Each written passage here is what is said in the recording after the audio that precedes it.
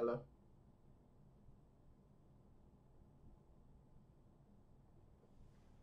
Hello? Hello?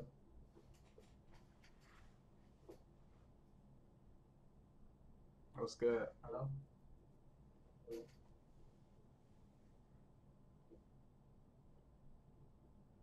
What's good? Hello? Hello?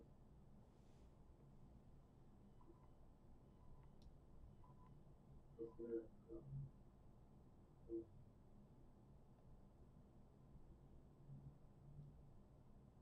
What's good? What's good?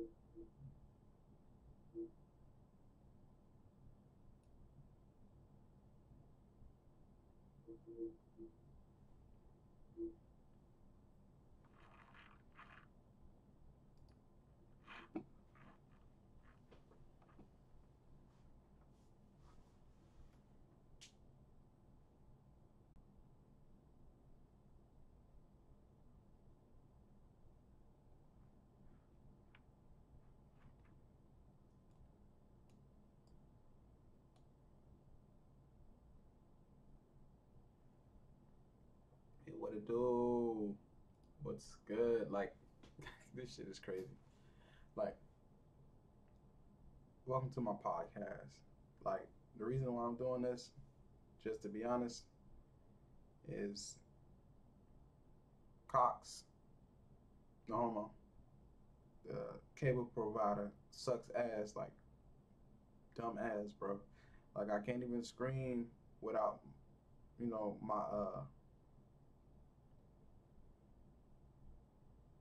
my Wi-Fi lagging. It's my screen fails. I done had several tries at a scream, and my life dies. That if you look at your scream health, mine's died like literally bye bye. But this is a way that I can still talk to the people that I want to talk to or whatnot. People that want to hear me talk about different shit and all that. And I came up with the Hooded Podcast. Episode 1. Like hopefully, like I can do more of this in the future, and possibly Cox, y'all niggas trash, but hopefully y'all come back to my house and fix my fucking Wi-Fi so I can scream Call of Duty, especially when Call of Duty 4 drop. Nigga want to be on that. But there's a couple things that I want to discuss. Like I want to talk about. I want to get out there. I don't have that many friends, nigga friendless and shit.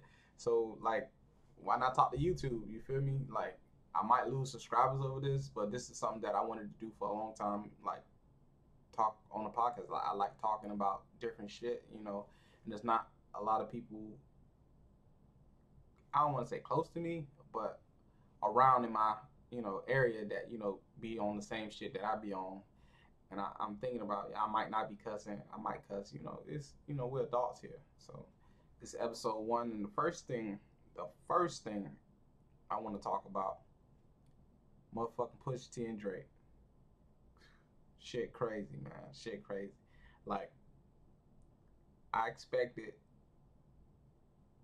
Drake to not respond to him, but Pusha T, what I want to say about him, he's smart. He is very, very smart. He hooked a big fish. Smart man. So basically, from my perspective, now everybody else can have a different perspective, but from my perspective, Pusha T dropped his album, and on that album he had a diss on there, indirectly, directly, whatever, to Drake. So Pusha T, correct me if I'm wrong, but who was gonna purchase the album? Did you know the album was even coming? Like, let me know if you like, you're a Pusha T fan and you like, hey man, I've been waiting on this shit about 3 years, man. So let me know if that's the case. But I didn't even know he was still making music like that. So he dropped that little diss, and he hooked the big fish. He got Drake to respond. So in my mind, I believe that he was like, all right, if Drake do respond, I got these lined up from not tracks, but basically stuff he want to talk about. So He put the bait out there. Got a big fish. So that's all I'm saying about the matter. My homeboy, shout out to Z. That boy, that's that nigga, So we was talking about it on Facebook a little bit, and he was like, I was saying that only because it's Drake that we care about it. And he was like, man, Pusha T, man, whoever what it is, it's real beef. It's real beef. It is what it is. But he put out the bait. He got a big fish. So he hit Drake, boom, boom, then hit him with some more. Supposedly he got a porn star pregnant. Well, they use porn star very loosely. She's a, if I'm not mistaken, she like a softcore porn type woman. So no, really, like I don't believe it's no. Correct me if I'm wrong. This is just the knowledge that I have right now.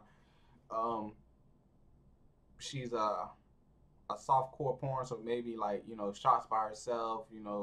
Probably like naked shots of vaginas and stuff. I don't know. I don't too much. If we gonna do it, we gonna do it.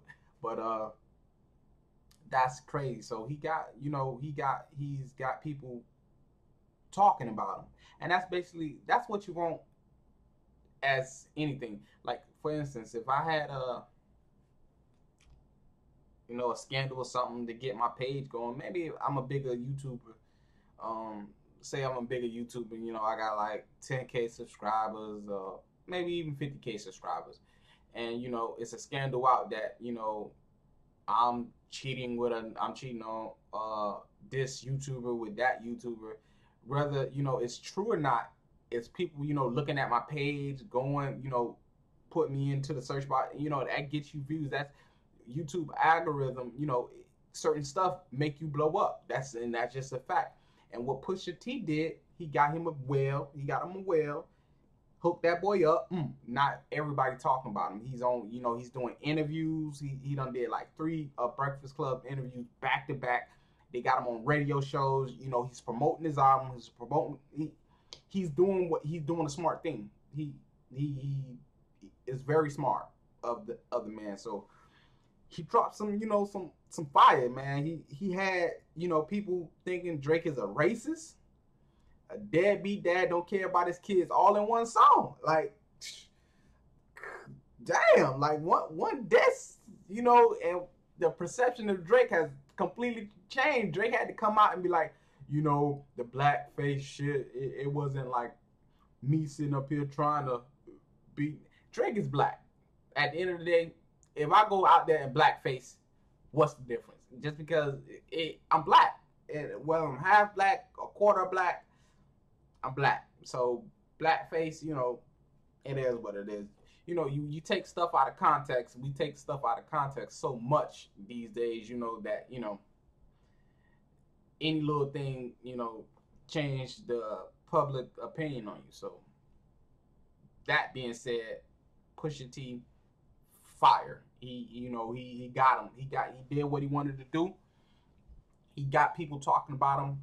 And now Drake is in a position where it's like he can't, like, after what he did to Meek Mill, he got an album coming. Oh my God.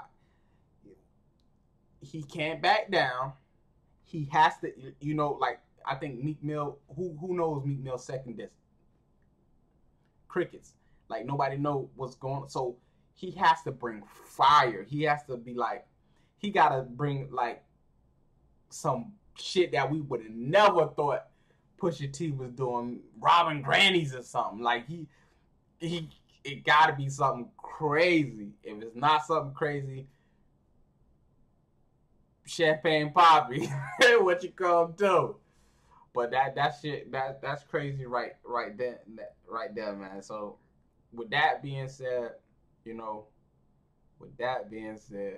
we're gonna move on to the next topic, which is police violence, man. So one thing that I'm upset about, and I love me some Dolphins. Anybody know me?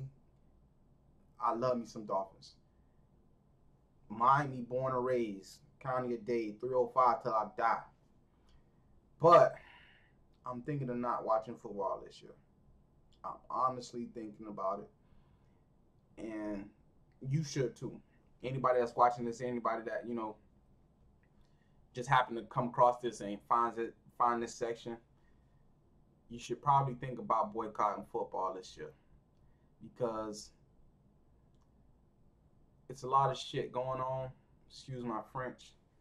I don't know why that's a, niggas say when they cuss, excuse my French, but it's a lot of shit going on that just shows people of color, I want to say people of color, that they still don't care about us. We're still monkeys playing in that cage, because, correct me if I'm wrong, majority of football players are African Americans. You have some other races sprinkled in, but majority of, football players, are African Americans. And for them not to support Colin Kaepernick, it's a disgrace. Like, they just told you, like, just imagine you go to work, right? You head to work and you got a ribbon on your shirt or something, something that didn't, that says, I won't stand up for injustice. And it was like, oh, you can't wear that. I don't care. You at work. It's nothing, disrespectful. It's just something that, you want to show that you want people to know that, you're not going to stand for people coming, and disrespecting you and your people. Colin Kaepernick, he takes a knee, for injustice, that police are still killing black unarmed men. But, I would never say, for instance, the kids, there's been a lot of school shootings. I would never want to see no kid die. A lot of my friends have passed away, back in Miami, but that's a whole nother story. But a lady was I read a story, I want to say yesterday, day before yesterday, sometime in the last week. A lady was going on a knife rampage, stabbing people. The police, white, she was white, yes, she was white. The police beanbagged the lady, was able to subdue her without, bodily harm, and like some beanbag, but without fatally harming her. But, I've had a gun pulled on me by a police officer and by, nigga on the street. It was me, my oldest brother, and my god brother. We was walking. I'm getting off topic, but I want to, explain. Me, my oldest brother, and my god brother. We were going to what is it called? North Plaza. I haven't been back in Miami in a little bit, but I think it's still called North Plaza. And some police officers came up, yeah, stop, freeze, and we was like, whoa, what's going on? And he was like, well, we just got, a call that you guys were down there with, you had robbed this lady, you had a shotgun and a hand pistol, but he put it, like, honestly, when we, we didn't have nothing, he put his gun down, but he put his gun away, he holstered his gun, and he started talking to us, and we, like, for the distance that we would have had to travel on foot from, it was like, I would say the streets, but it's like me saying the streets are like, you wouldn't know. So I'm going to just say it was about at least 4 to 5 miles away from where he supposedly said happened, and we were on foot. It would have took us a minute, when I say a minute, a long period of time to get there, change clothes. We had to stop somewhere, change clothes, hide this stuff, and to beat him there, it was nearly impossible. He found 3 black males, that fit the description, and he had stopped us. Back in Miami, it's a lot of, I'm not saying every cop was there. There's a lot of, cops that may not have the public best interest. That I'm gonna say it like that. And we grew up basically hating cops, because they would do, grimy, green things. Like they would just like, they would bother you for no reason. They try to get you to do something. So back to what I'm saying, I know I got off topic, but boycotting the NFL, we shouldn't have to do it. It should be NFL players that's like, okay, y'all ain't gonna hire my boy. Like, come on. I can name at least 15 quarterbacks right now in the league that's not better than Kaepernick. I'm not gonna do that because I don't like to call out names, but it's a couple. It's a couple, And for him not to be signed because of, he's trying to say that it's an injustice going on, and his brothers not supporting him. I'm not mistaken. Quote me if I'm wrong. Correct me. I want y'all to correct me. I don't even think Colin is fully black. I think he has a white mother or a white father. I'm not sure, but I know something in his lineage, which is probably in all of ours, is he's not fully black. Fully black. Like I believe he has a white mother, if I'm not mistaken. Correct me if I'm wrong. He was adopted. All that extra stuff, but he's making grown man moves by standing up for inequality, taking a knee, the national anthem. I haven't stood for the national anthem, and it's my I haven't stood like at an event because I have my own, not only with inequality, I have my own stuff that I believe that goes on, and I might talk about that in another podcast, but that is another why I don't do stuff. I don't vote because our votes don't mean nothing. Whoever they want to elect, that's who is elect. Trump is in office. Need I say more? But he is standing up for something that I don't know why more not standing or kneeling with him, because Michael Bennett, former Seahawk, now he's on the Eagles. He was basically racial profile recently. I believe earlier this year or late last year. It's been several football players. They feel. I'm not saying that. I'm not trying to put words in their mouth, but they're above us regular black folk. They have some wealth. They have some money. Not wealth. They have money. They're a little bit above perception of broke black people, and but they still, it's been cases where they have still been discriminated against, and I it's hard for me to understand why you're not with your brother that's trying to stand up for something that so many unarmed black men are being just destroyed.